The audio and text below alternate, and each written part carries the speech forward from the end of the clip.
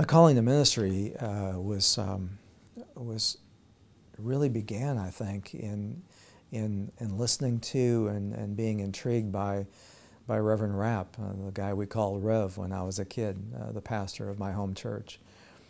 And so I think some seeds were planted in the back of my mind. But I enlisted in the Air Force primarily because my parents really didn't have the money to send me to college, and I needed some money to go to college, and I heard that the Air Force was paying for educational benefits, and so without a patriotic bone in my body, I enlisted in the Air Force, and fell in love with the Air Force at the same time. But during that time, and during my early exposure to the navigators and additional Bible study opportunities, I began to be more and more intrigued in theological thought, and not just thought, but the praxis, the intersection of good theology, sound theology, and life living, the ethical piece of that. And so I continued, along that line. Got out after 4 years of working F-15 avionics.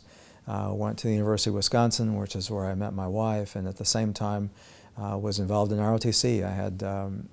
I loved ROTC. I was doing my ROTC thing, and lo and behold, was offered a pilot slot. And of course, I had gotten a pilot's license when I was really young, and been flying airplanes ever since I was about 17 years old, and intrigued by flying and aviation.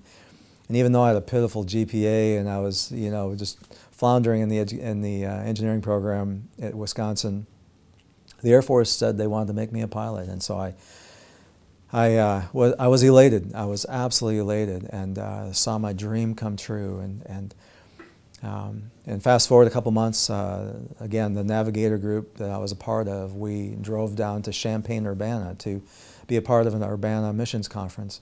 And the last speaker of a 3-day conference was a guy by the name of Billy Graham.